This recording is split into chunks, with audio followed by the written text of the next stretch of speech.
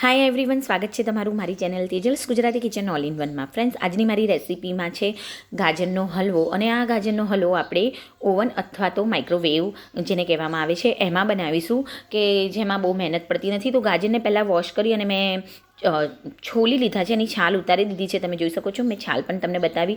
છાલ ઉતાર્યા બાદ બી આપણે એને ફરીથી વોશ કરી લઈશું અને એનું જે પાછળનો ભાગ છે એ કટ કરી લઈશું. તો મેં એને છાલ ઉતાર્યા બાદ ફરીથી વોશ કરી લીધા છે અને પાછળનો કઠણ ભાગ કટ કરી લીધો છે. ત્યારબાદ હું એને છીણીશ નહીં. અહીંયા મારી પાસે ઇલેક્ટ્રિક ચોપર છે, એમાં હું એને બસ આ રીતના કટ કરી અને એને ક્રશ કરી લઈશ. આમાં ઓછી મહેનત પડે છે અને ટાઈમ પણ ઓછો થાય છે. બાકી તમારે છીણવા હોય તો તમે છીણી શકો છો. તો ઇલેક્ટ્રિક ચોપરમાં હું બધા જ ગાજરને આવી રીતના ક્રશ કરી લઈશ. અને તમે જોઈ શકો છો કે મોટો બાઉલ, જે મારો ઓવન સેફ બાઉલ છે,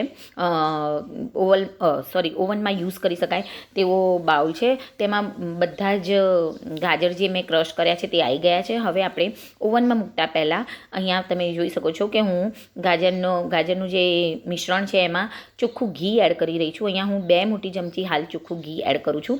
અને ઓવનમાં માઇક્રોવેવમાં ફક્ત 2 મિનિટ માટે પહેલાં આને ગરમ કરીશું, કે જેથી ઘી છે એ ગાજરનું જે મિક્સર છે એમાં ભળી જાય. મારી પાસે આ ઓવન છે, હું અત્યારે માઇક્રોમાં જ એને 2 મિનિટ માટે ગરમ કરું છું. તમે જોઈ શકો છો. હલવો પણ માઇક્રો બટનમાં જ હું બનાવીશ. અને ત્યારબાદ ઘી મેલ્ટ થયા બાદ મેં અહીંયા દૂધ પણ એડ કરી દીધું છે. તો તમે જોઈ શકો છો કે મેં અહીંયા એક આખી થેલી, જે તમે બફેલો દૂધ, અમૂલનું ગોલ્ડ અથવા કોઈ પણ દૂધ એડ કરી દો તમારા ગાજરના મિક્સર પ્રમાણે. ત્યારબાદ ફરીથી એને ઓવનમાં માઇક્રો પર સેટ કરી અને 10 મિનિટ માટે મૂકી દેવાનું છે. 10 મિનિટ બાદ મેં આને નીકાળ્યું તો મારા ગાજર ઓલમોસ્ટ કૂક છે.